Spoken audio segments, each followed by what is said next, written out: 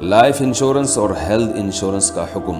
مصطفیٰ شاہد کراچی سے پوچھتے ہیں، میں سیکیورٹی کمپنی میں مینیجر کے طور پر کام کرتا ہوں۔ میرا کام سیکیورٹی گارڈ کو مینیج کرنا ہے۔ ہمیں انہیں لائف انشورنس اور ہیلتھ انشورنس دینی ہوتی ہے۔ کمپنی والے کہتے ہیں کہ آپ بھی اپنا ڈیٹا دیں تاکہ آپ کی بھی یہ دونوں انشورنس کر سکیں۔ اس بارے میں رہنمائی فرمائیں۔ بھائی، اسلام میں لائف انشورنس اور ہیلتھ انشورنس دونوں ناجائز، دونوں حرام ہیں، اور یہ اصل میں غرر ہے۔ رسول اللہ صلی اللہ علیہ وسلم نے کوئی بھی ایسا معاملہ جس میں غرر ہو اس کی اجازت نہیں دی۔ بعض دفعہ اس میں قمار یعنی جوا بھی ہوتا ہے، بعض دفعہ اس میں سود بھی ہوتا ہے۔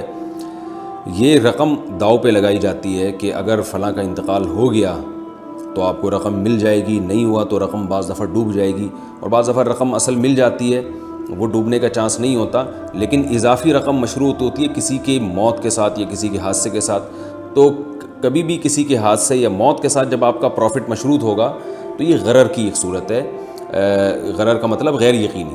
تو کاروباری معاملات میں اور جو بھی بزنس ہو اس میں شریعت نے حکم دیا ہے کہ حوادث اور حادثات کے ساتھ آپ کا پروفٹ مشروط نہیں ہونا چاہیے۔ اس وجہ سے یہ ناجائز اور حرام ہے۔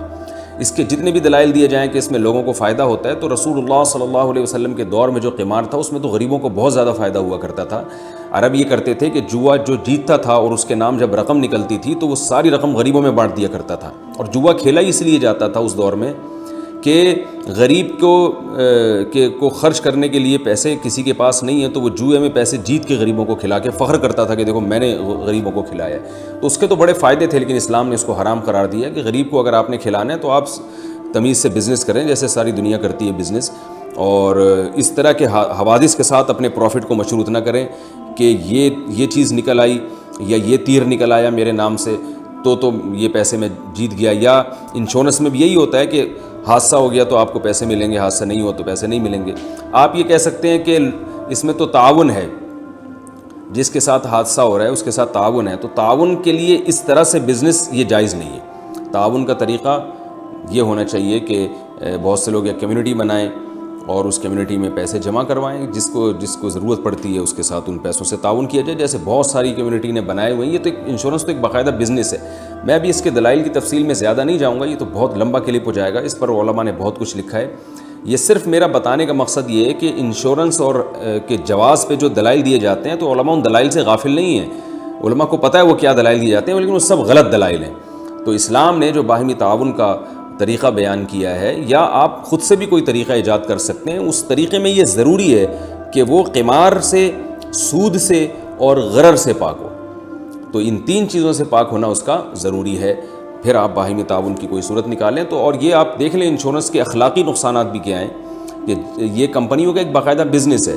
اس کے اخلاقی نقصانات یہ ہیں کہ لائف انشورنس میں خاص طور پر کمپنیاں، یعنی اس میں تعاون کا تو کوئی صورت بنتی نہیں ہے۔ جس آدمی کی صحت اچھی ہوگی کمپنی اس کو عام طور پر لائف انشورنس دیتی ہے، بیمہ پالیسی اسی کو دی جاتی ہے، اور جو بیچارہ محتاج ہوتا ہے، یعنی اس بات کے لائق ہوتا ہے کہ اس کے ساتھ تعاون کیا جائے، وہ اس کے مرنے کا چانس ہے، ان کے ساتھ یہ بیمہ پالیسی والا معاملہ نہیں ہوتا۔ تو یہ میں تعاون وامن بھی نہیں ہے، یہ سب جانتے ہیں کہ ایک بزنس ہے، اور بزنس کے بارے میں شریعت کا اصول یہ ہے کہ وہ بزنس کے اصولوں پر ہونا چاہیے، مشارکت ہو، مضاربت ہو، یا جو بھی بزنس کے اور دیگر طریقے علماء بیان کرتے ہیں ان طریقوں میں سے کسی ایک طریقہ پر فٹ بیٹھ رہا ہو۔ سیونگ اکاؤنٹ اور یہ بعد میں